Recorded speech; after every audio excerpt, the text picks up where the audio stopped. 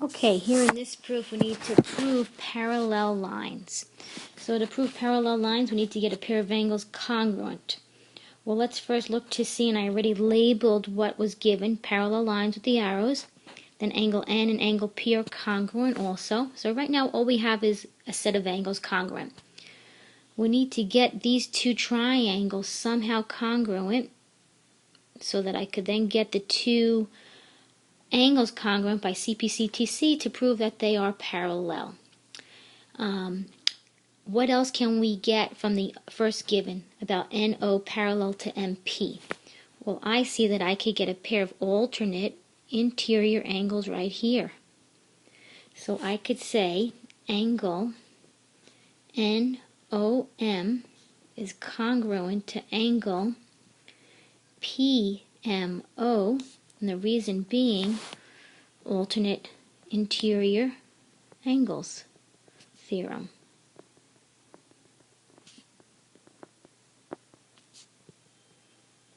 So now I have an angle in blue, an angle in red, AA.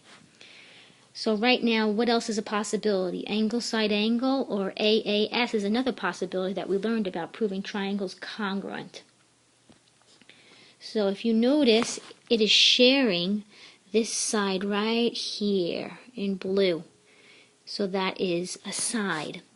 So now let's write that OM is congruent to itself.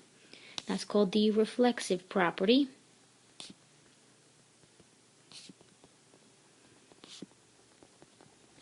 So did I get the two triangles congruent? I got A angle, the one in blue A, the one in red A, and the side that they're sharing S, AAS.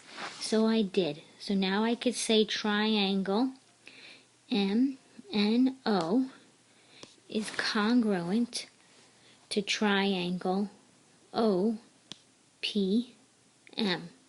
Reason being AAS.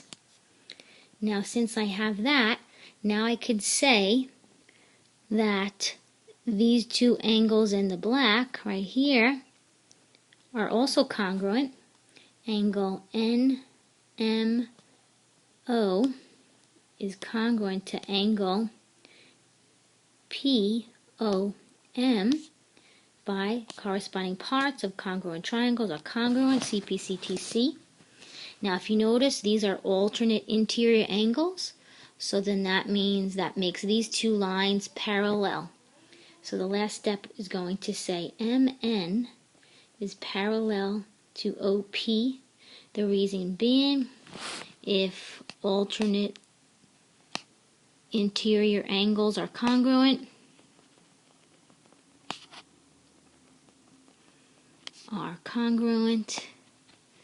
then the lines are parallel. And I did my whole proof. So just make sure you try to figure out how to get them both congruent by which method.